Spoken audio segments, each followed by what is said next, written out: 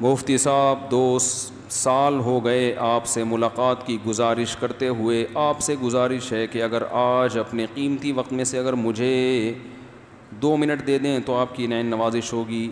15 minute دے دیں. بھائی کسی کو 2 سال ہو گئے، کسی کو 4 سال ہو گئے، کسی کو جب سے میں پیدا ہوا ہوں اس وقت سے ملاقات کی کوشش کر رہا ہوگا کوئی. بات یہ ہے نا کہ اب بھائی چاہت تو سینکڑوں ہزاروں لوگوں کو ہوتی ہے، جیسے بہت سے لوگوں کو نفرت ہوگی ہم سے، بہت سوں کو محبت ہوگی. تو اب ہر محبت والے سے ملاقات کرتے رہیں تو سارا دن میں ملاقاتوں کے علاوہ کوئی کام رہے گا نہیں. تو یہ سوچنا چاہیے کوئی کام ہو تو ملاقات کرے آدمی، کام نہیں ہے تو بس ٹھیک ہے دور دیر سے السلام علیکم بیان میں آ گئے، بس یہ بھی ملاقات ہی ہو گئی.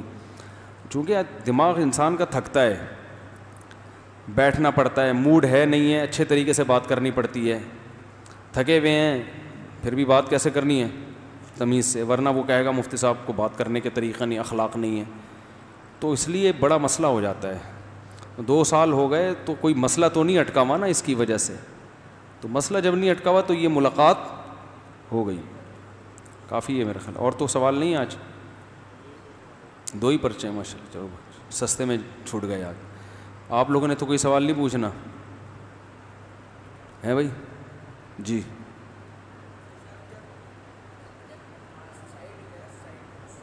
ہاں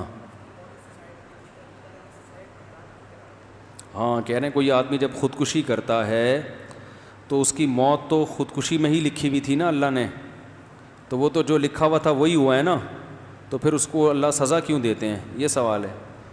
جب وہ خودکشی کر رہا تھا تو اس کو پتہ تھا کہ خودکشی لکھی ہوئی ہے؟ اس کو تو نہیں پتہ تھا نا. وہ اپنے حساب سے تو جرم ہی کر رہا ہوتا ہے. دیکھو اگر میں اس کی اکثر ایک مثال دیتا ہوں کہ زید نے بکر کو قتل کیا، ٹھیک ہے، بکر کا انتقال ہو گیا، بکر کے لواحقین نے زید کو پکڑا اور کہا تو نے بکر کو قتل کیوں کیا، اب ہم تجھے قتل کریں گے.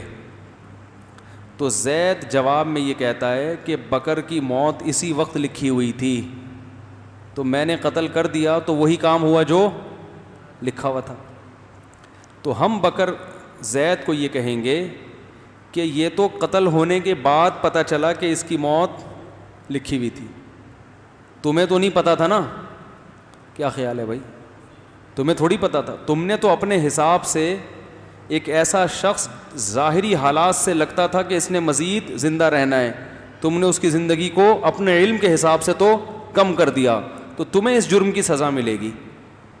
یہ دلیل اگر زید کی سمجھ میں نہ آئے تو پھر بکر کے لواحقین کہیں کہ ہم تمہیں مار دیتے ہیں، ٹھیک ہے، بے شک تم مجرم نہیں ہو، تو جیسے تم بکر کو مارنے میں مجرم نہیں تو ہم تمہیں قتل کرنے میں بھی مجرم نہیں ہیں.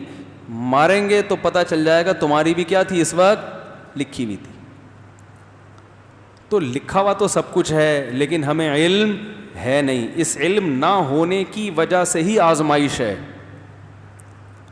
اگر کسی کو پتہ چل جائے پہلے سے اس کی موت فلاں وقت پہ لکھی ہوئی ہے، یقین ہو، تقدیر کا علم اس کو دے دیا، اس نے اپنے آپ کو مار لیا، قیامت میں اللہ کہے گا خودکشی کیوں کی؟